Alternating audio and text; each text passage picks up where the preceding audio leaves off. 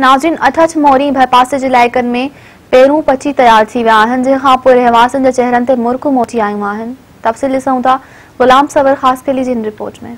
पिरीं hello पेरूं पटिया तोब हूंदा, सुकाए से साईं रखिया तोब हूंदा, करे नाज़ नखरा ऐं लामुनि तां लड़की कई टार कुंवारा भॻा तोब हूंदा।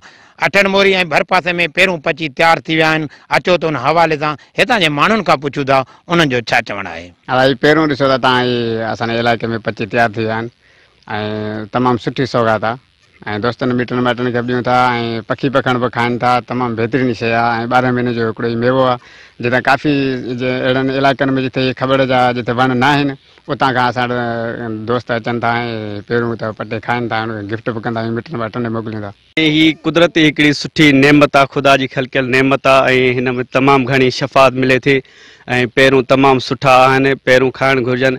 असां पंहिंजे यार दोस्तनि खे संगत साथ खे गिफ्ट करे मोकिलींदा आहियूं ऐं पहिरूं तमामु सुठी नेमत आहे।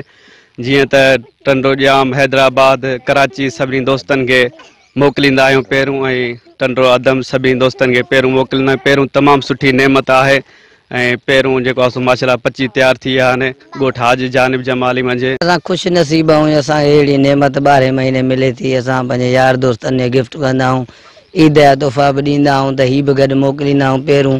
छो त अलाह जी कुदरत जी नेमत आहे। हा, ही तमामु सुठी शइ आहे। 12 महीने माण्हू अचनि था, असांजो ओड़ो पाड़ोस बि अची खाइनि था ऐं हाज़मे लाइ बि तमामु बहितरीनु शइ आहे। मैदे वारा जेके मरीज़ आहिनि ख़ासि तरह हिन खां खाइनि था, उन्हनि खे शफ़ा थिए थी। भई बहितरीनु शइ, तोहफ़ो बि करे मोकिले सघिजे थो जिथे संगत दोस्त खे ॾिजे ऐं इंशाअल्लाह हू खाई सेहतमंद थी था वञनि। कैमरामैन सिंगार ज़ंगेचो सां गॾु गुलाम सरवर ख़ासकेली, मेहरान टीवी न्यूज़, अठनि मोरी।